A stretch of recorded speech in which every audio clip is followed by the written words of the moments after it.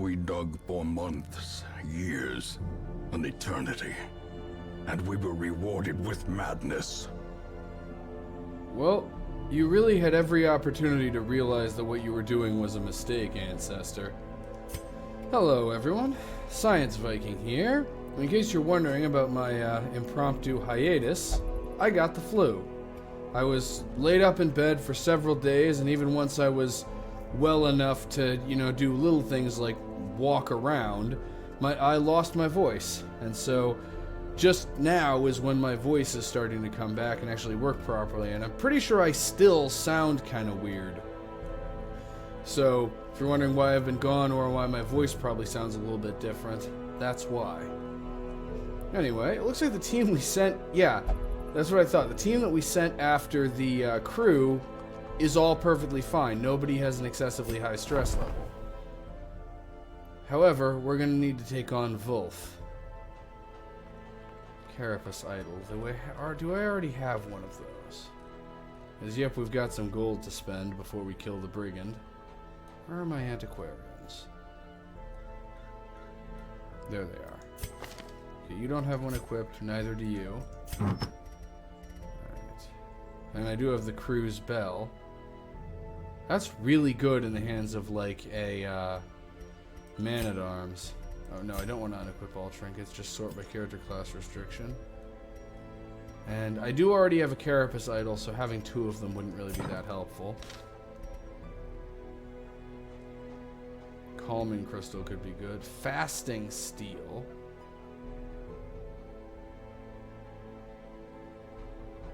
Fasting Seal, I mean. That could be useful. Though it's not that amazing, and it takes up a trinket slot that could be used for something better. So while not having food consumption is at least somewhat useful, food isn't really that hard to manage.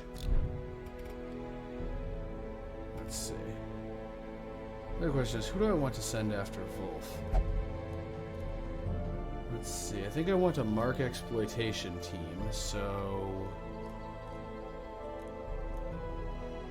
I'm thinking probably a bounty hunter, a Vestal, a Arablest, and a Houndmaster. Just a very... because he has such high protection and because he summons minions who I need to be able to get rid of fast, I'm thinking of going for a very mark exploitation oriented team. Now, where are my Houndmasters? Quick sort by class again.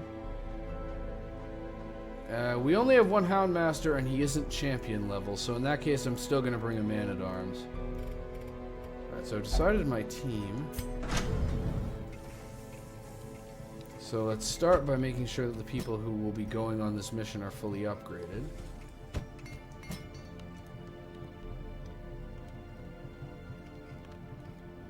Okay, where's Vayne?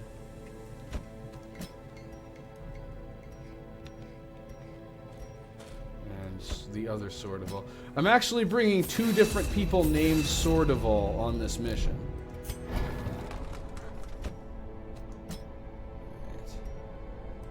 Sniper shot, suppressing fire, sniper's mark, battlefield bandage. That's the ability combination I'm bringing, so that's what I want her to have mastered. Alright. Let's check the other Sordival. He has his important abilities maxed out. Damour has her important abilities maxed out. So now let's just spend some gold on the people who aren't going on this mission. To start with, let's look into quirks. Alright. Let's see, Hylomania isn't really that bad.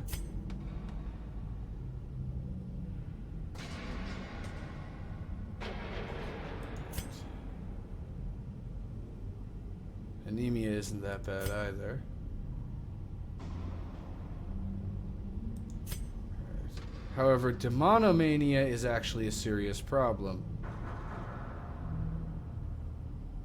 Demonomania and Bloodthirsty are both actually serious problems. So, Okay, I can't get rid of both of them in one mission, so Demonomania and... Let's see. Are any of these worth locking in?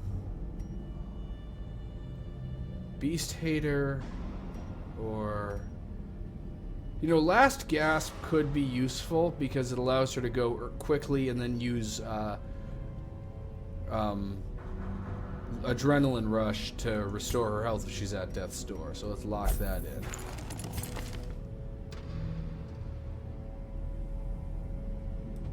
Bertulli. So Bertulli's reduced disease resistance could be a problem. Let's see, Hero Mania could be a problem, though at the same time its resolve level is pretty low. Well, the thing about that is I believe it's less expensive to treat people whose resolve level is low, and it isn't locked in yet. And let's lock in Faded as well, that's very good. Vane is going on the mission, but Drulin isn't. And Drulin has two different, very dangerous, negative quirks. Obsession with corpses and food. The extra stress at a high torch level is also a problem. Let's start with Necromania because that one's locked in. And he has a lot of really good... he has... Clutch Hitter and Hard Skinned are both really good. I'm going to go for Hard Skinned, though. Just because extra protection is always good. Alright. And that's all that we can afford to spend. So... let's put together the team. So we got Sortival, Vane... Damour gets to stay, but I want her to be in position 3. And Sortival. We're bringing both Sortival and Sortival for this mission. Alright. Oh, right. Trinkets. Alright. Step 1, unequip all trinkets. And we've managed to lose enough stuff that the only Man-at-Arms trinket we have is the Longevity Eye Patch. And... yep, I'll go with the Cruise Trophy. For you... Wounding Helmet. Reduces his chance to move and stun enemies in exchange for being able to do more damage to them. Hunter's Talisman, increased critical and accuracy. I'm going to go with the Hunter's Talon and the Wounding Helmet. And for you, the answer is obvious. The Sacred Scroll and the Tome of Holy Healing.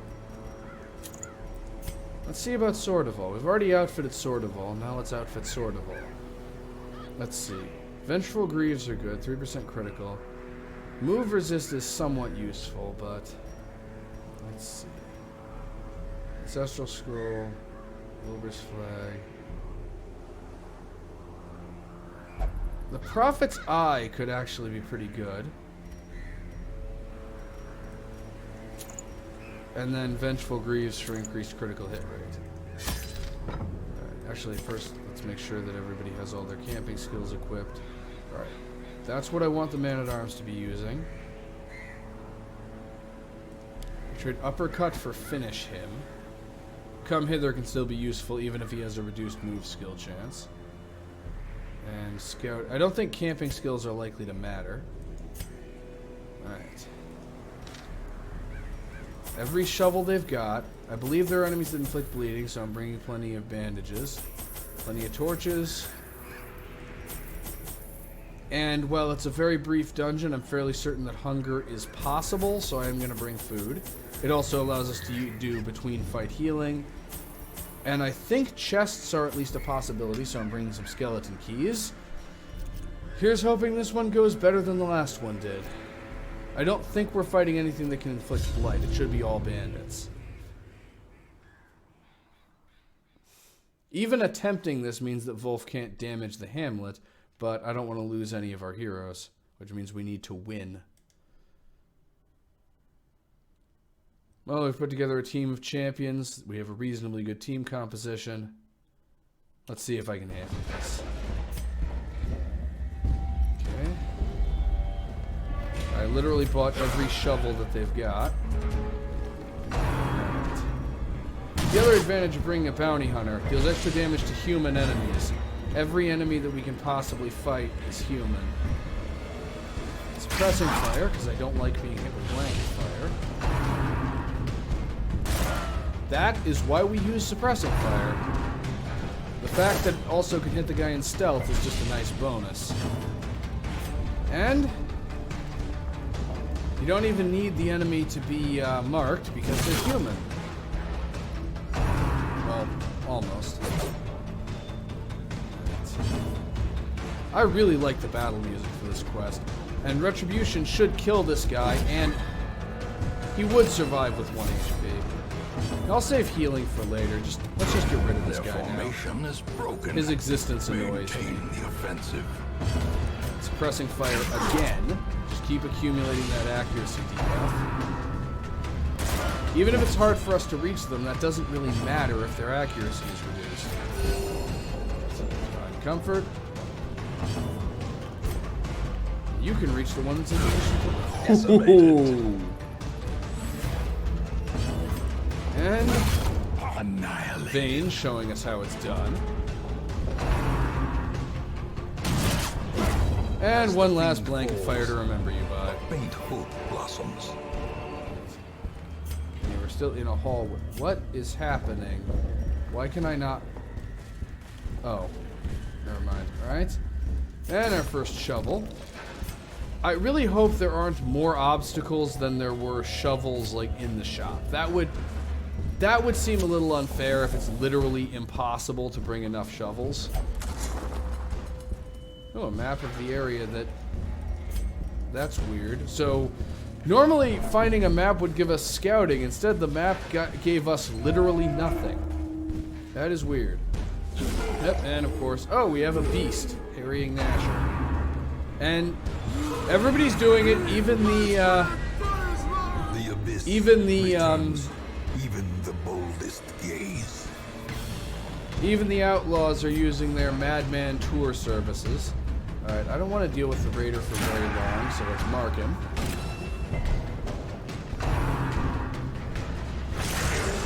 Rabid Rush doesn't do very much damage. Does cause bleeding, though. Ooh, Shank is a bit more of a problem. However, Collect Bounty Eradicated. tends to solve problems. Alright. I don't want them targeting the Arbalest any more than they already are. So that was Rampart. I meant to use Retribution.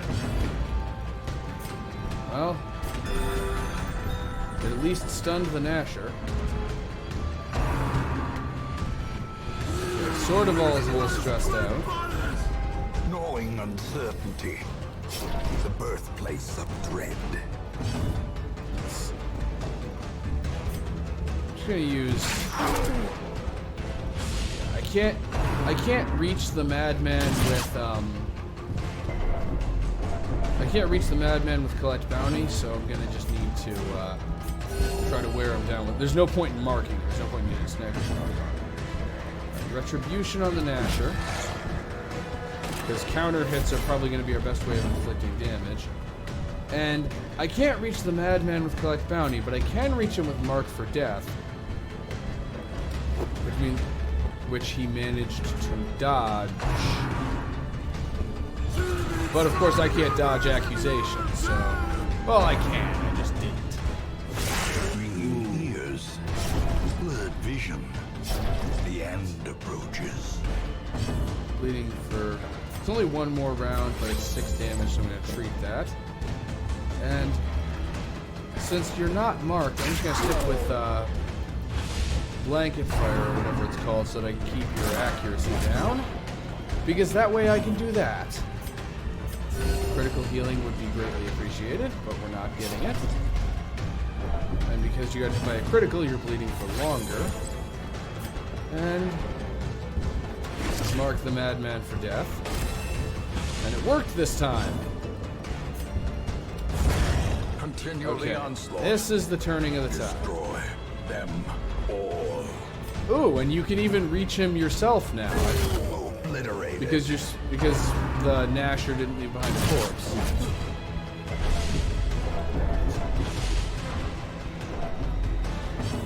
Should I go with battlefield bandage because I want to keep the damage levels a little lower. I'm honestly wishing I'd brought a jester along just because the stress levels have gone high fast. Whereas now we have successful scouting. Okay, this room is definitely going to contain treasure, though it's probable that it will also contain a battle or two. And another madman, which means more accusations. Festering fear consumes the mind. Alright. So start off with blanket fire, suppressing fire I think it's called. Keep the enemy's accuracy down.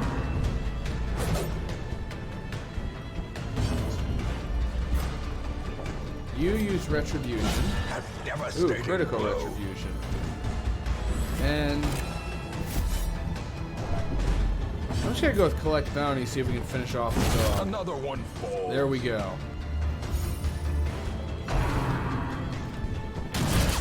Now we've reduced him to using rush shot.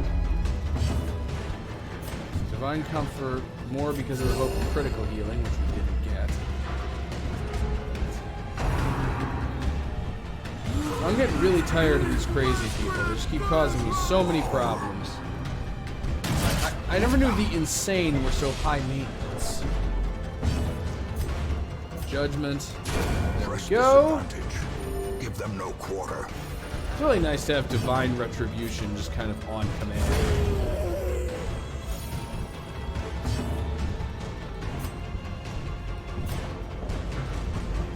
And once again, hope for critical healing. You would survive. You bandits never cooperate with anything I want to do. I want to kill you and you just insist on living. These nightmarish creatures can be felled. They can be beaten. Got even more of these guys. Okay, snipers mark the infamous bloodletter. Okay, Vayne is almost certainly going to have a, is almost certainly going to have his resolve tested this mission. Rampart, because throwing him out of position might be useful and stunning him would definitely be useful.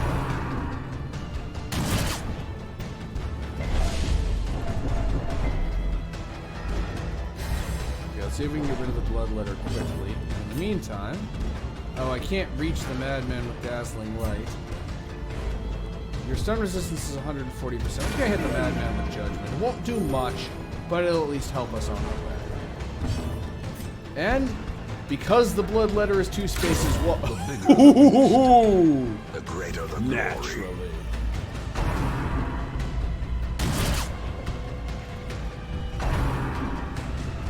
Seriously, the stress is more of a threat than the health damage at this point. Who would have thought that the madman would legitimately be the most dangerous enemy in this group? But the high stress levels are actually the real problem. If we end up with people who are afflicted, we're in serious trouble.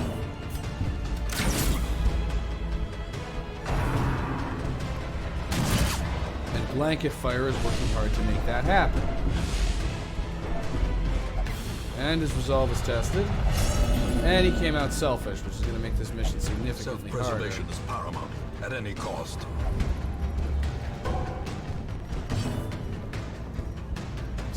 May as well heal everyone.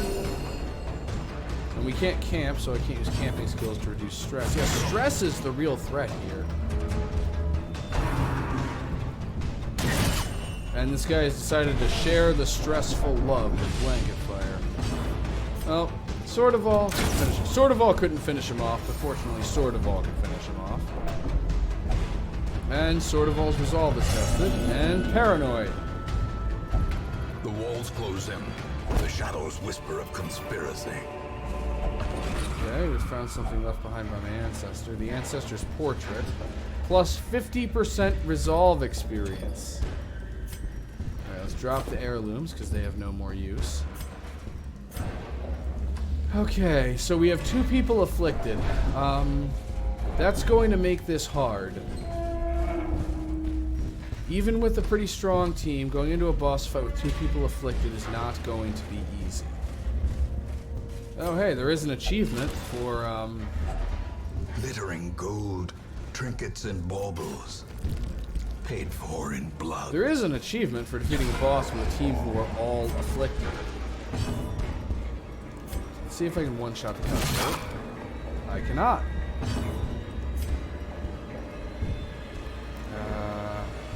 I'm actually going to go with suppressing fire. I'm tired of being hit by blanket fire, and I have the ability to debuff the enemy's actions. Who among us is the traitor? There we go. What you don't realize, sort of all, is that you are the traitor. You've been keeping it a secret from yourself that you're the traitor. You know, I feel like when the entire team dodges an attack, that should give you stress reduction. I'll prepare my own treatments. You know, when an enemy uses an attack and it misses everybody, that should at least sometimes reduce everybody's stress. Sniper's mark.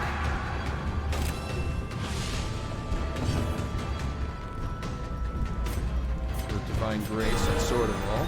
Of course, the person who least needs critical healing gets it immediately.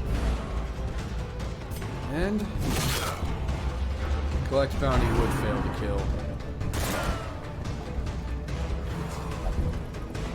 You all let this happen.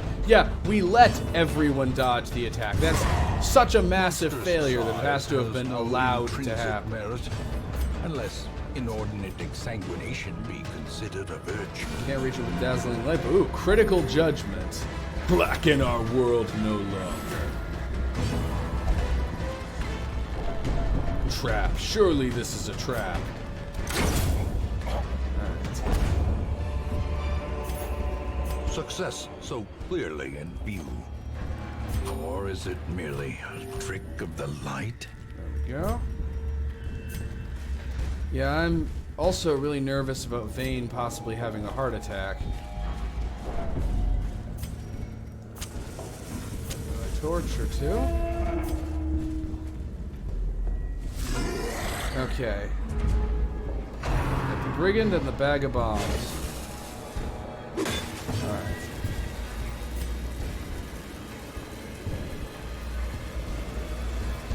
Here to hit 95% hero damage. Why? Oh, right, because this attack does no damage. Okay, so let's sniper's mark the bag of bombs, because if we can get rid of it, that would be helpful. Alright, you can still reach it. 24. 1 point short of what I needed.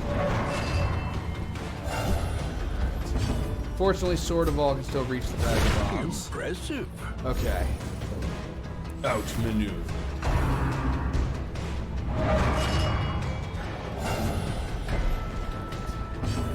And that causes a new bag of bombs to appear. So, okay. Targeting the bombs is useless. Alright.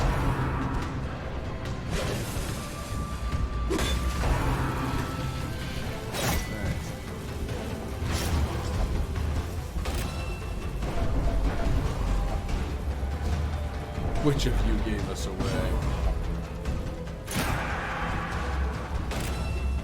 And Sword of All, because she's afflicted, did the least helpful thing possible.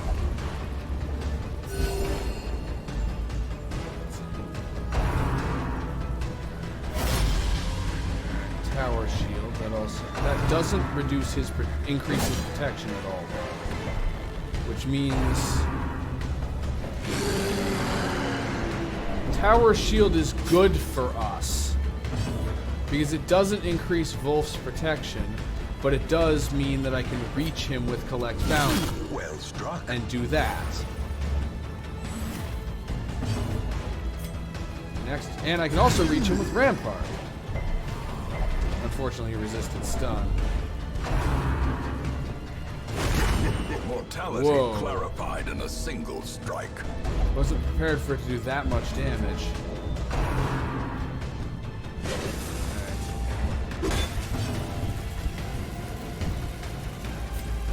So you can't hit him with Sniper's Mark. So I'll just hit him with Sniper's Shot. Actually, that was stupid. I didn't realize... I forgot that the...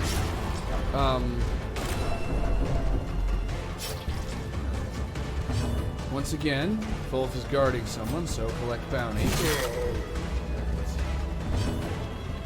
Defender on the Vestal is to reduce the chance that the Vestal dies.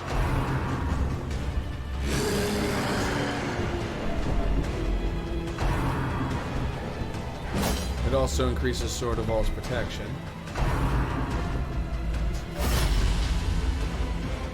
Alright, I have a plan. Step 1, Divine Comfort. Because this is a fight where the enemy deals so much damage that you just need to keep people off of death's... You need to get people off of death's door when they wind up on it. Alright. And Vayne is at death's door. Terrible vistas of emptiness reveal themselves. What the... How did that happen? What? I legitimately don't know how that series of events transpired that he managed to bleed out and have a heart attack without ever getting an action. And unfortunately, he was our primary damage dealer, so we're in some trouble.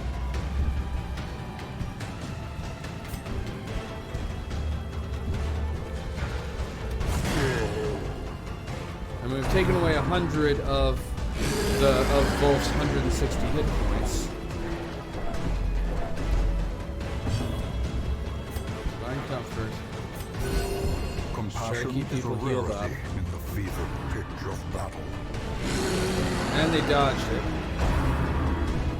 Time's up. Okay, 31. That's actually not that bad for Sword of All.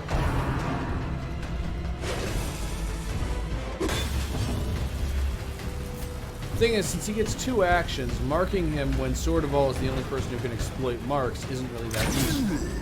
So we're just gonna have to wear him down the slow way and hope for critical hits.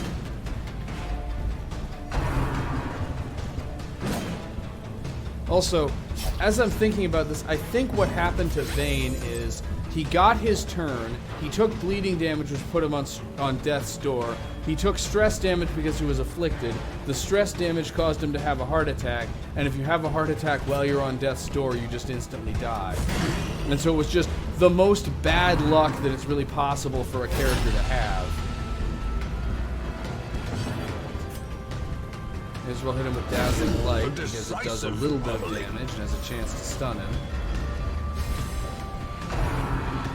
So now he gets to use Time's Up, but doesn't get to do anything else. Injury and despondence. Well, Set the never stage mind. For heroism. Yeah, when he gets 2 actions per round, stunning him doesn't do much. Sniper Shot. Find Comfort.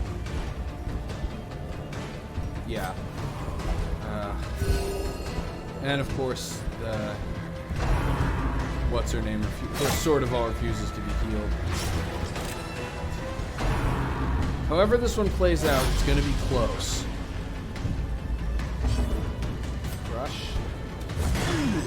Alright. If Sword of All, that is, Aura Blessed Sword of All, survives into the next round, I can do this. Alright, Sword of All is at Death's Door, and Sword of All was pretty close to being at Death's Door.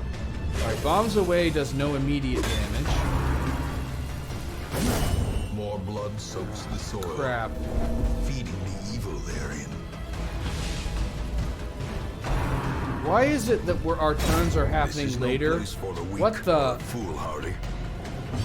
Oh shit, we just lost.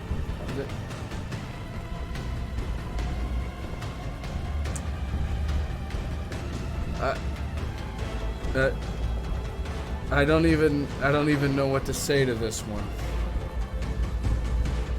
I really don't even know what to say to this one. Wow.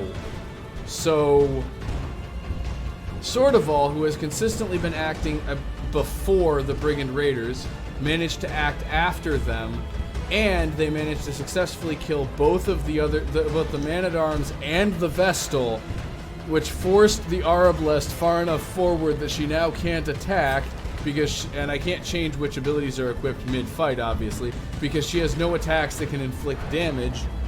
There's no one else, so she can't move, so there's literally nothing she can do but pass the turn and wait to die, or run away.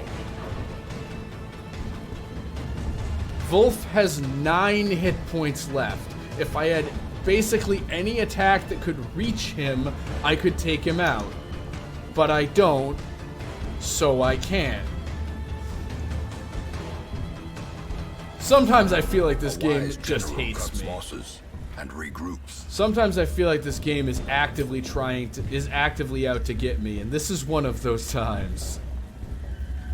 We're just gonna have to retreat. We can't beat him. We're just gonna have to retreat. We've lost. Again. We fall so that we may learn to pick ourselves up once again.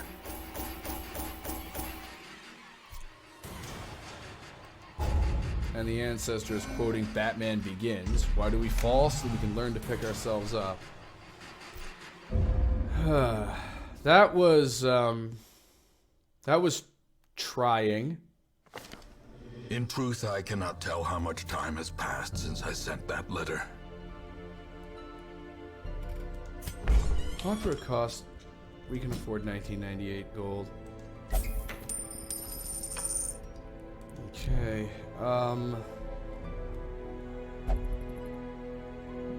that was just that was just bizarre. That is the narrowest loss I have ever had in a boss fight. Wow. Wow.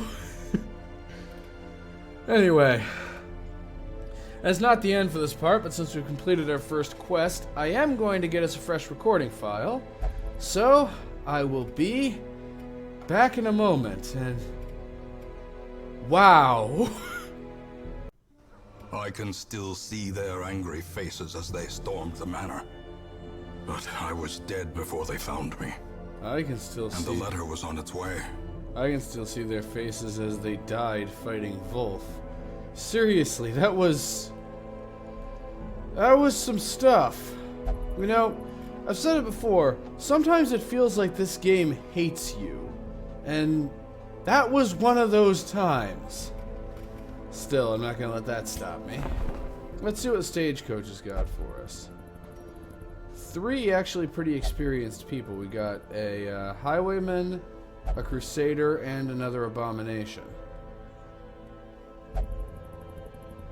And let's see, I can get an Arablest. The only other we have 2 resolve level 0 highwaymen, and then an Arablest and a plague doctor. I believe we already have a plague doctor. And yep, we have a champion level 1, and I haven't been using plague doctors that much. So I think I'm just going to take the 3 experienced people to replace the 3 dead people. Also, of the 3 people who died in that mission, 2 of them, Sordaval and Damour, had both already come back from the dead. So, and we also lost Clarinel again after she came back from the dead. So I guess in the universe, when the Reaper wants you, he wants you. It's like being stalked by death himself. Alright, so I'll sort them by class later. Highwayman. Elusive, evasive, persistent. Righteous traits for a rogue. And exactly call the highwayman righteous, but honestly, the only characteristic I care about is useful. I mean, hey, the crazy narrator is my ancestor. A mighty sword arm anchored by holy purpose. A zealous warrior. Let's see what he says about the abomination, because I don't remember. Tortured and reclusive. This man is more dangerous than he seems. Yeah, I'd say he can be pretty dangerous. So, let's start. I'm actually going to sort by level. Because I want to see what our champion level class composition is. So, for just the level 6 people, we have a Hellion, a Leper, a Plague Doctor, a Highwayman, and a Jester. And then we have a, not counting Sordaval, who's busy getting drunk. Oh, we had another expedition, anything but that. Yeah, after what just happened to you, Sordaval, I can hardly blame you. And then we have a Occultist. So,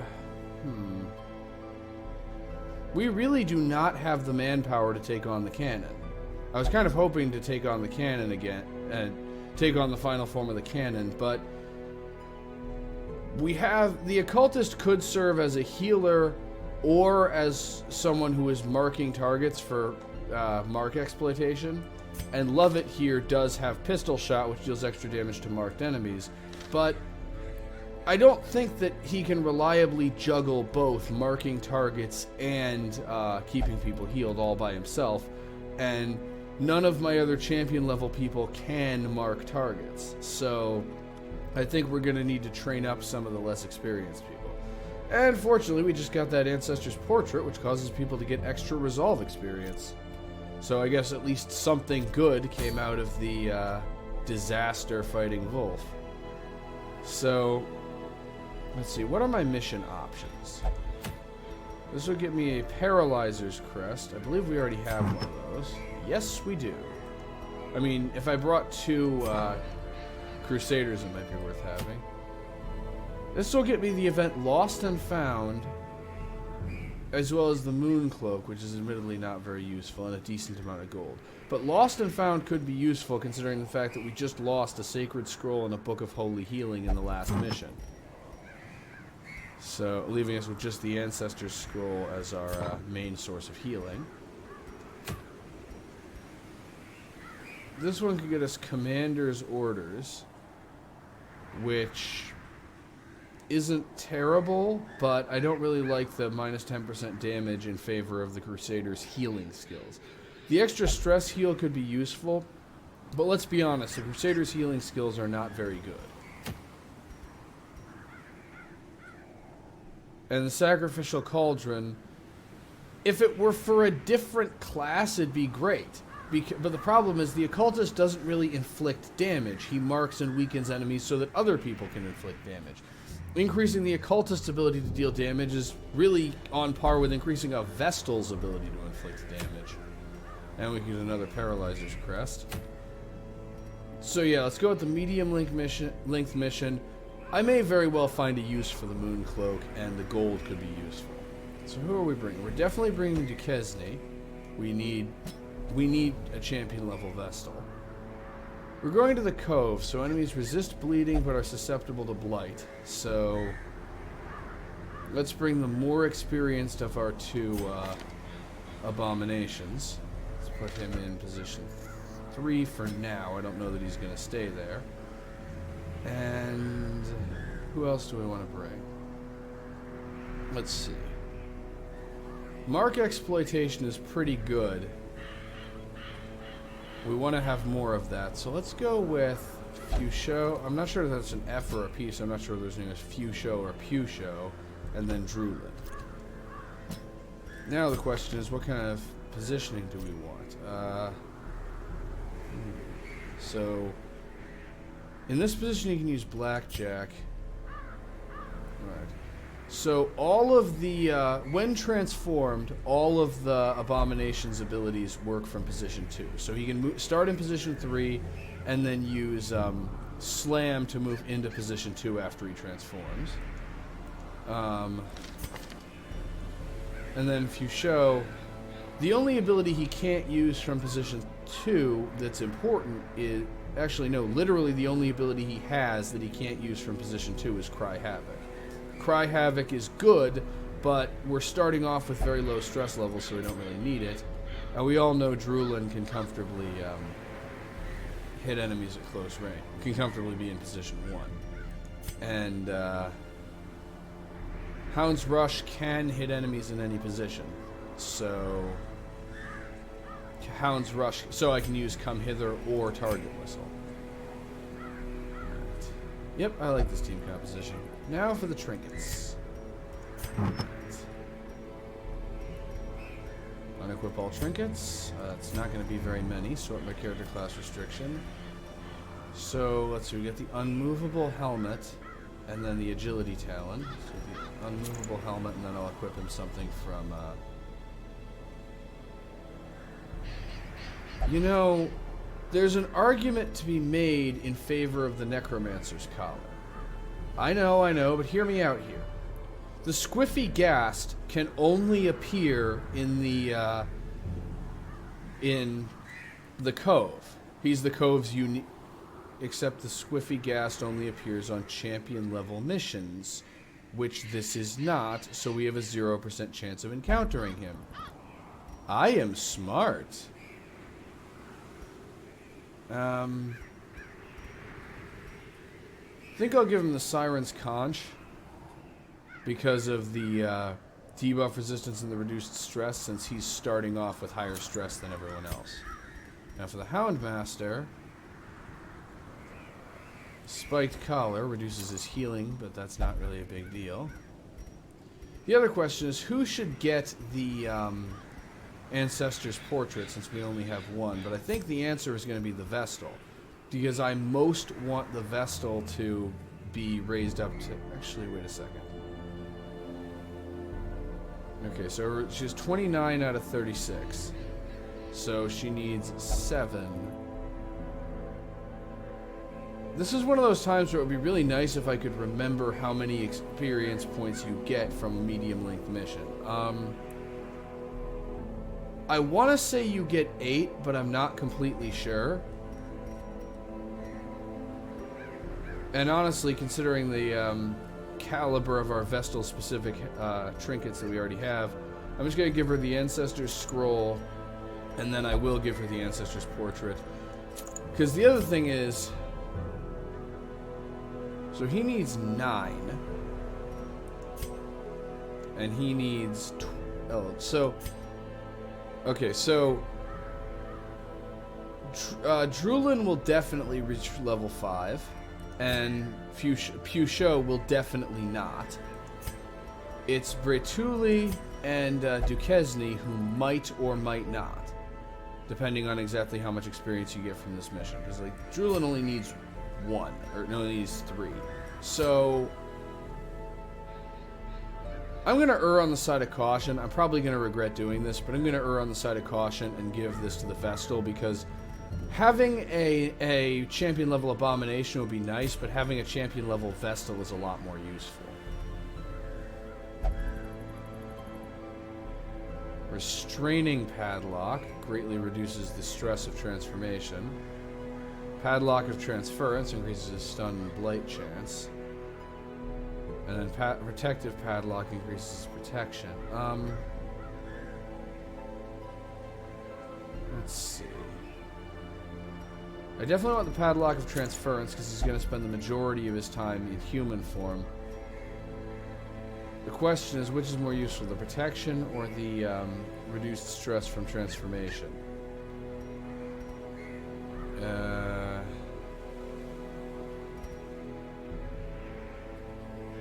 I'll go with the protection, because I usually only transform once or twice in a given mission. And now it just leaves me to find something to give to our Houndmaster. Let's see.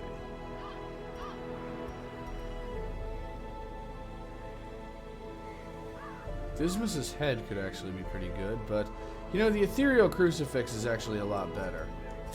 Increased damage versus Eldritch going into an area where everything is Eldritch. Alright. Okay, we got the dog biscuits. Bring us a handful of shovels. Plenty of food. Plenty of torches. I mean, it's not the wield, but we still need a decent number. Let's bring like 2 holy water, and let's bring like 2...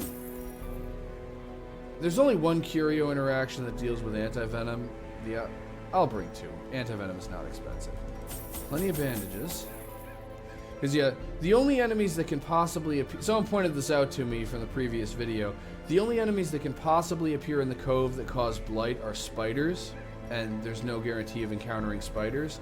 And there's only one curio interaction in the Cove that uses anti-venom. So we don't need very much of it. I also don't need this much extra food because we're likely to encounter fish carcasses. 12 should be enough. But let's bring a handful of medicinal herbs. Definitely want to bring keys because money is the single most valuable resource in the game to us at this point. And I'd say we're ready.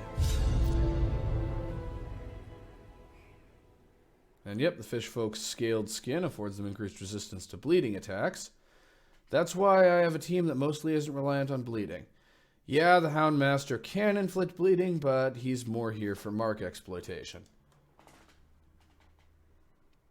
Also, nothing is quite as resistant to bleeding as the game likes to pretend that it is. I've seen a video of someone showing how you can even get the skeletons to bleed, even though they have 250% bleed resistance. So it is even if it's possible to make skeletons to bleed, it's always possible to make bleeding useful. It's just a matter of knowing how to set it up. Recover these lost shipments of rarities, that we may prevent them from falling into even less scrupulous hands. I'm really not sure who that would qualify as. I mean, you're already basically a supervillain, so how exactly is this going to get... How exactly could the hands get any less scrupulous than what we've already got? I mean, you're not actually actively trying to destroy the world, so I suppose then it's possible for someone to be less scrupulous than you, but... Seriously. Alright, and loot. And map, which is actually really valuable in this kind of a mission. Well, sort of. It hasn't really told us anything we didn't... anything of substance. Because the issue is, unless this is a quest location... Yeah, since it hasn't revealed all three, we're still going to have to explore both ends of the map. Another mariner? Another misfortune. It has revealed that I probably didn't bring enough shovels, because I see 2 obstacles. We've already found a total of 3 obstacles, and I only brought 3 shovels, so unless there are no more on the map, we don't have enough shovels. Alright. And I found an Ancestor's Relic. Alright, so that's 1. And now it's time to kill something. Alright, guys. Time for some misplaced revenge. You guys are gonna pay for what happened to the, for what happened in the fight with Vulf. I don't care that you had nothing to do with it, you're gonna pay for it. So... What's your chance of hitting? 79%. And I underestimated the enemy's damage protection. Exposed to a killing blow. And the first attack the enemy gets is a critical hit that also successfully stuns.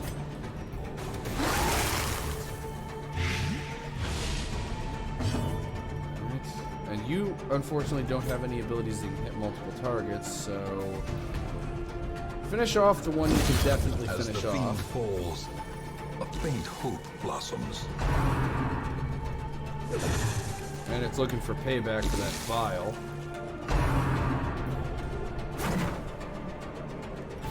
Yeah, coughing that stuff up on them must have really pissed them off. Annihilated. That is how we do that.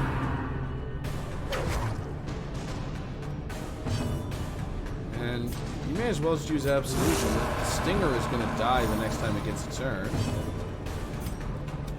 Or the next time Drulin gets a turn. Give them no quarter. Right. And we picked up crests just on sheer instinct. Alright. I'm going to skip this path for now and see if both of the other 2 quest locations are in this direction. Because it would be really helpful if they are, but they probably aren't. Okay, and things just got serious. Alright, we reached the ghoul with manacles. Successful stun, too. Target whistle, mainly because it reduces the target's protection.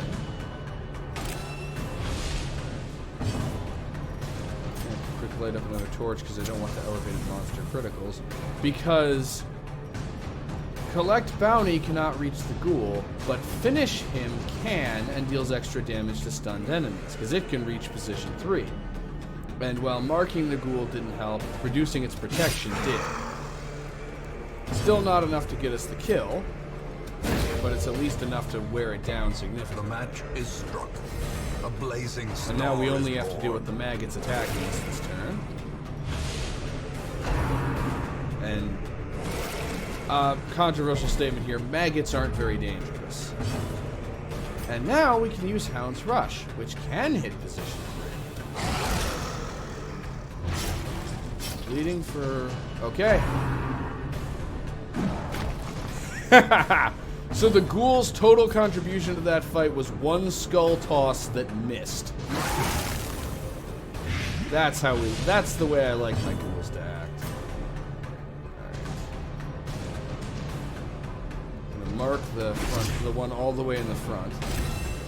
The Abomination can handle this one. Perhaps a little help from the vessel. I would have liked just a little bit more help than that. That just means we get one last brine to remember him by. Right. The will to fight falters. And there we go. Also, yes, both marking him and reducing his protection, we managed to just barely do enough damage to kill him. Well, now let's do this. Continue the onslaught. Destroy them all. Let's just do this. Just because it seems... I find it funny to have the Houndmaster single-handedly kill 2/3 of the enemy team. Oh, that ain't good. Message has an impact... Okay, what is diurnal? -2 speed of torch below 26. Replaces unquiet mind. That's not actually that bad. However, I really should get rid of both guilty conscience and dark temptation when I have the chance. Those can cause some problems. Honestly, the guaranteed curio interaction quirks have caused me more trouble than any other kind of negative quirk, I think. And the Oracle is in stealth, but that doesn't really matter, because I can do that.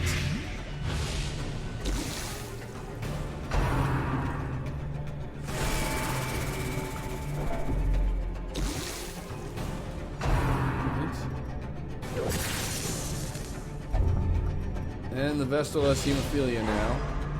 You know, I'm not sure which is weirder, contracting hemophilia, which is genetic and is actually a hereditary disease, or contracting scurvy, which is literally caused by malnutrition. Diseases in this setting are just fucking weird. Alright. So you die on your next turn, and you don't.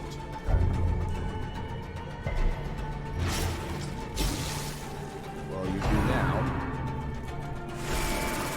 So... oh, let's kill the one that isn't about to die all by himself.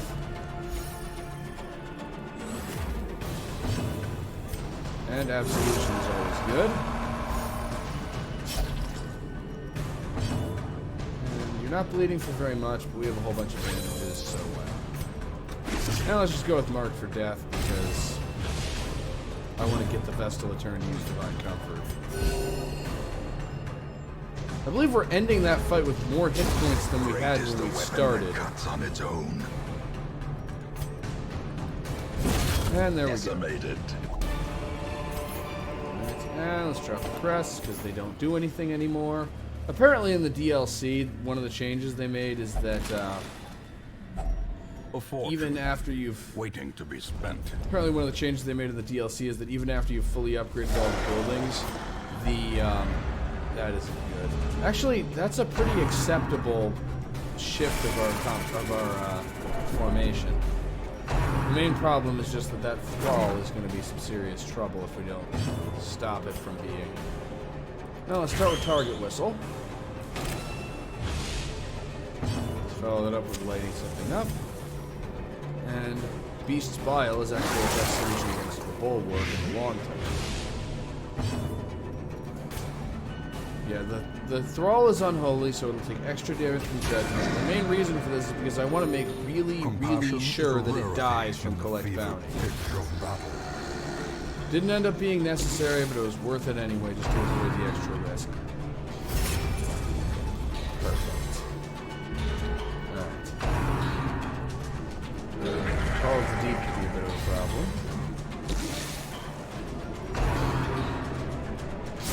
Though he's too far forward to use spearfishing anymore.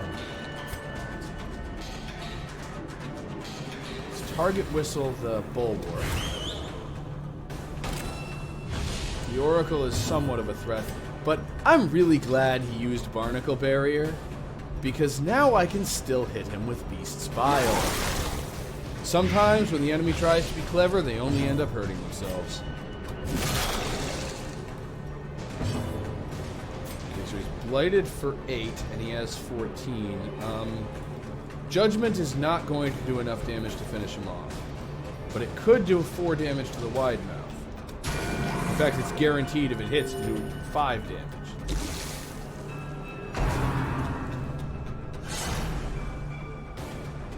So that's the end of those two. That's the end of Tweedledee and Tweedledum over here. Now all we got is left to deal with is the Shaman.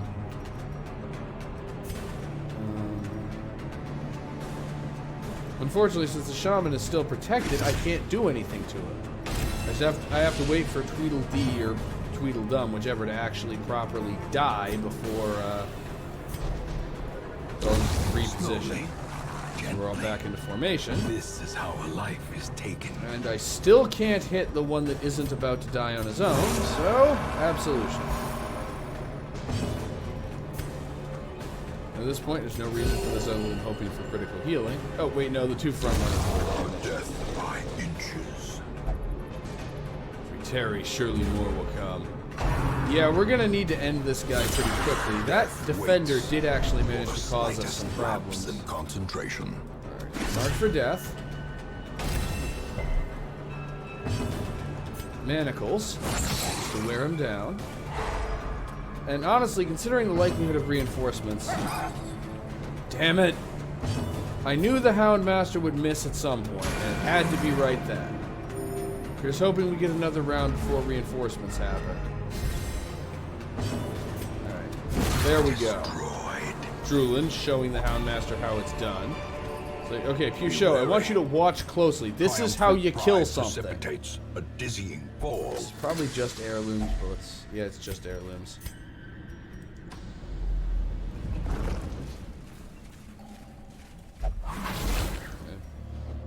Drulin is going to make Pusho go through his 3-week course of things and how to kill them. Thirsting for blood. Alright. I'm actually going to hold off on this chest because we barely have enough shovels to make it past the obstacles, and if the last quest location isn't in this direction, we're going to need those shovels. Okay. You can't really do anything with... What's its stun resistance? Stun resistance is 70%. You have 120 base. Yeah, stun. Or at least attempt to stun. Perfect. Target whistle on the bulwark. That's just setting up for next turn. Oh, the Thrall would survive with 1 hit point. Oh, I'll just use surges as the enemy Judgment to get rid crumbles. of him. And critical healing on the Vestal who has full HP.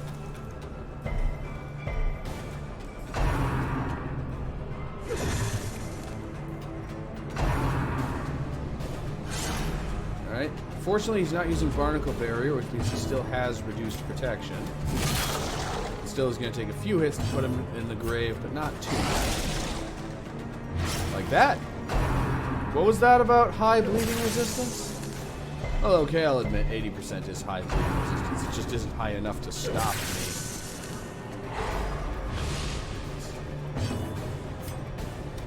And Ratuli, cough some stuff up on him. The slow death. Unforeseen. Unforgiving.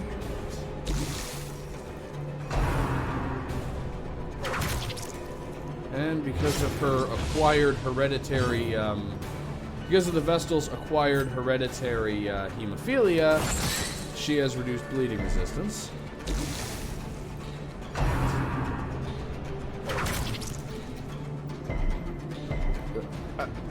I never noticed that before. The Stinger's blight resistance is actually 0. I never noticed that. That's hilarious. Maintain the offensive.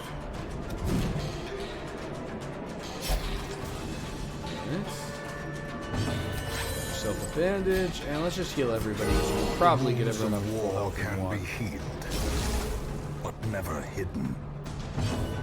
And no reason not to use Absolution, because this thing will die on its own. Or you just hit it with a stick to make it die. Success so clearly in view. Okay, we don't have any heirlooms to Or drop is for it merely Citron. a trick of the light? This will give a buff to someone. Let's find out what that buff is. Increased damage until camp. That's good. Also, we're holding up well enough that I'm probably going to hold off on camping until we've completed the mission, just so that I can reduce stress levels. That way I don't have to spend gold and time treating this stress the slow way.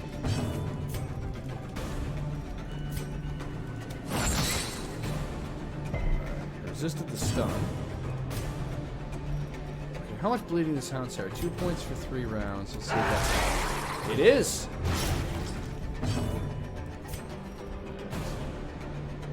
You're bleeding for 2 for 3, so it will bleed to death eventually, but to end the fight a little sooner.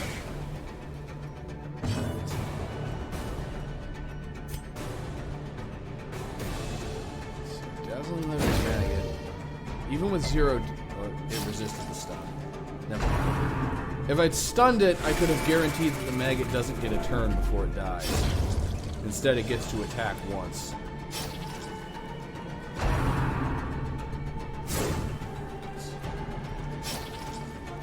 The other advantage of Hound's Harry is that it's really good at messing with stealthed enemies because it just hits the entire enemy field. As long as there is anything on the enemy field that isn't in stealth, it allows you to damage the enemies that are in stealth. In fact, given how little of a threat the wide mouth is, let's just keep doing that.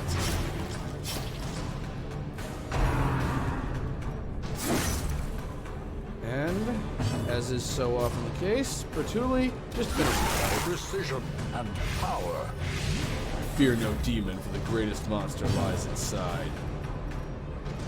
And may as well use Marked for Death while we wait for them to all bleed and blight to death, because now I can do this. Yeah, without the Tome of Holy Healing, the Vestal is a bit less powerful. That's one. And that's the other one. I enjoy watching that happen way more than I reasonably should. They can be beaten. I derive way too much pleasure from watching my enemies slowly bleed and blight to death. Packs laden with loot are often low on supplies.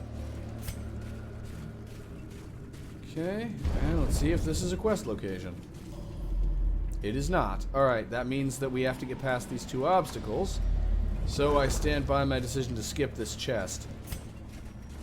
Because, well, if we do that, we'll be 1 shovel short, and I don't want to deal with the stress or the health damage of that. Let me see something. I didn't really pay much attention to camping skills. You do have Sanctuary. Alright. Yeah, we're training up the B team again, which means that I suddenly don't have all the camping skills I'm used to having. And as you can imagine, I'm not really very good at pre-flight checks. That's why they wouldn't let me be a pilot. Alright, I've already gotten hunger once. It'd be nice if we don't get that again, or if we get a fish carcass before we get hunger again. I'm guessing it's just the fact that we're covering more tiles with fewer things happening, but it really seems like we have more hunger when we're backtracking than when we're not. Which I'll admit, if they did that on purpose, that would actually be a very interesting design choice, because it means that you really have to think carefully about... There's an extra hazard It keeps In back. Radiance, may we find victory. It keeps backtracking from being as boring because there's an extra hazard associated with backtracking.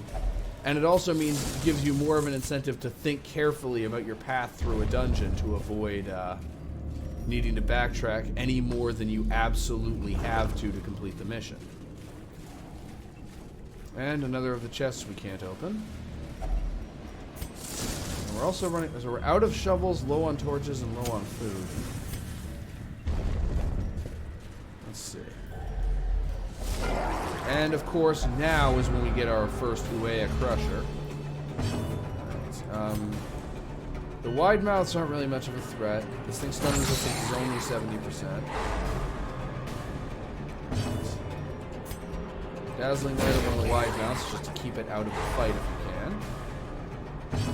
Target Whistle.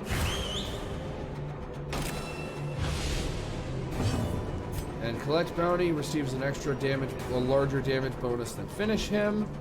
So that's what we're going with. And that's all we did. Spear fishing, that's a problem. Fortunately, we managed to lock down half their team. How much does... You're considered Eldritch, not Beast. But the Ethereal Crucifix will increase the damage versus Eldritch. And... yeah, I'm just gonna have Bertulli move on his turn. And now they're trying to move him again. They really want to shuffle the Abomination. They really, really want to shuffle the Abomination. First, they're moving the Vestal forward, which pushes him back. Now we're trying to move him forward. Okay. Let's see if we can finish off the Crusher. Does not dissuade the sharpened blade. Ah. And so the wide mouths have objectively caused more damage this fight than the Uea Crusher did. Manacle's on the one that hasn't, one of the ones that hasn't taken its action yet.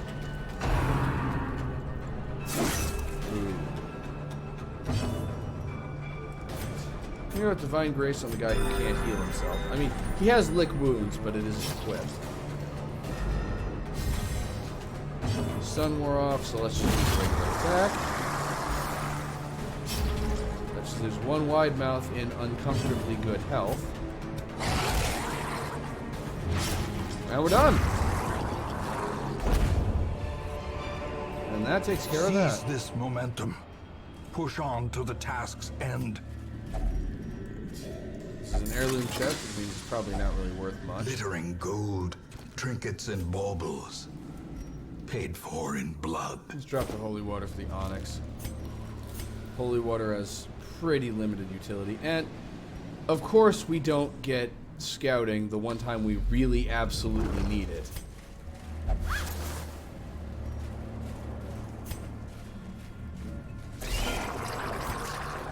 Fortunately, the fights have gone pretty well, but now that I say that, that's probably about to change.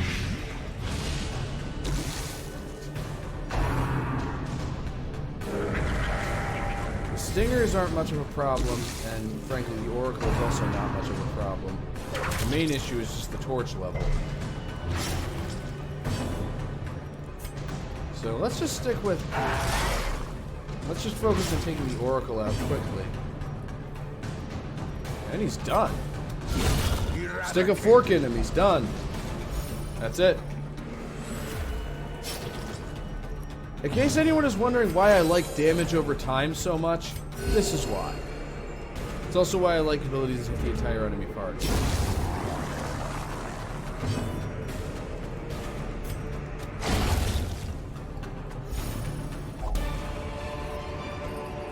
Ghoulish horrors.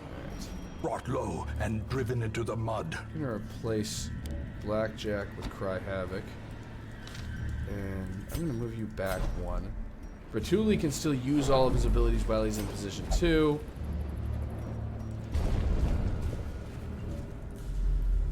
And we found the last one. There's the last torch. Beast's Bile.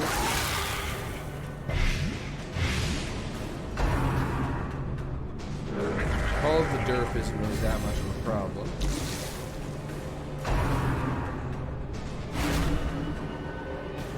You know, stressful incantation, however, is quite a problem. I have an idea. Because now that she's marked, and he's forced to use Stumbling Scratch, I can't use Hound's Rush from position 1. Oops.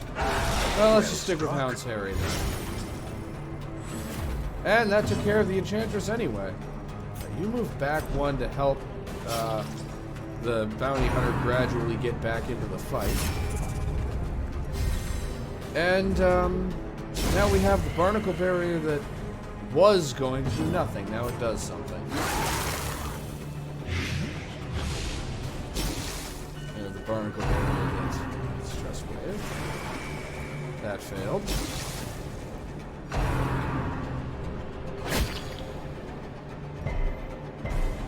But the Gladiator is about to die due to his own, due to being bleeding and bladed. Yeah, Barnacle Barrier has actually accomplished nothing. Now you move back 2, so you're in a position where you can use Cry Havoc. And the Bulwark is the only remaining threat. Mark him for death, so you'll be able to reach him from this position. And collect bounty. Alright, it's not enough to finish him off. But those 2 are gone. I'd like to get to use Cry Havoc at least once during this mission. Let's choose Absolution. Well, the Bulwark isn't going to die this turn.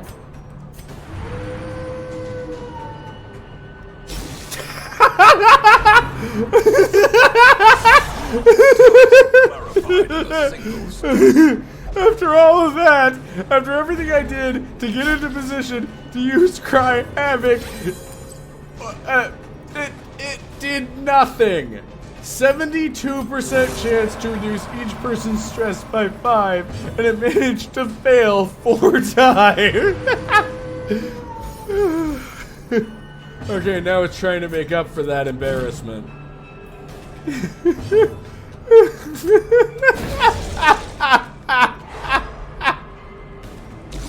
What are the odds of that? This is like that epic tracking flare failure from a few episodes ago.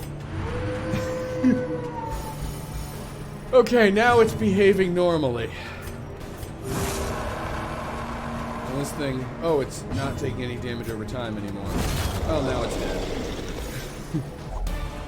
Okay. This expedition at least promises success. No point in keeping the crests, and that leaves us with 1 inventory slot for the quest item. However, well, I'm not going to explore much further. We pretty much covered the whole dungeon. There's only 1 room, and it probably has like a shambler in it or something. However, let's see if we can reduce the stress levels. A spark without kindling is a goal without hope. Right, so to start off, Sanctuary. Actually, I really should have used Therapy Dog. Encourage on... I'm actually going to encourage the Vestal, because now her stress level is low enough that she could go on the next mission. And then Chant will reduce... The Bounty Hunter is not religious, so let's just use Encourage on... Actually, no. He's not going to... his stress level is not going to be low enough for him to go on the next mission no matter what I do, so I may as well have everyone de-stress themselves, and Droolin will just be the only one who's in stress treatment.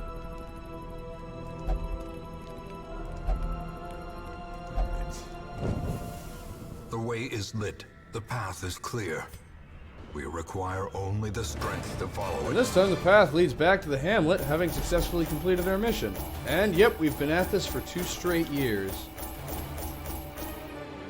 We've accomplished some in that time. Only got 8,600 gold, and no heirlooms. But the main goal was experience. So, I was right. The mission only gave 6 resolve experience, so the extra 50% was the difference between Duquesne becoming champion level and not. Automatonophobia. So Pusho is afraid of humans, and he also has bad humors. Really, I'm the only person who has bad humors. I mean, have you been listening to me? What's the main issue now is that we have a whole bunch of diseases even without the stress. A finely crafted instrument of butchery and bloodshed. Yours for the taking. And I forgot what Lost and Found does, and instead it's a free weapon upgrade, not getting trinkets back. Well,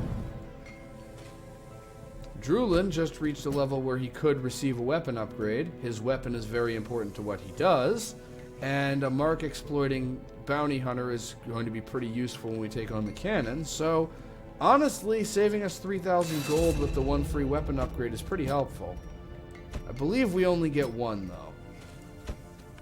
Let's see if I can find somebody. Oh, Duquesne, I can test it on her. Yeah, it only gets us 1 free weapon upgrade. Still, that saved us 3,000 gold and allowed us to get our bounty hunter's weapon all the way up to maximum. That is still worth it. Now, let's get rid of some diseases. Because we're going to need to do some genetic engineering on Duquesne or whatever to treat, It's kind of funny. So when they're treating hemophilia, they're like doing some kind of genetic engineering or something. And then when they're treating scurvy, it's like they just sit the person down and say, listen, eat an orange. Just eat an orange and it will go away. Treat the bad humors. And let's get Drulin over. Let's get Drulin a beverage or two. Anyway, as we spend the second half of the episode repairing the damage caused by the first half of the episode, this is going to be the end for this part. Thank you all for watching. I love you all, and I will see you next time.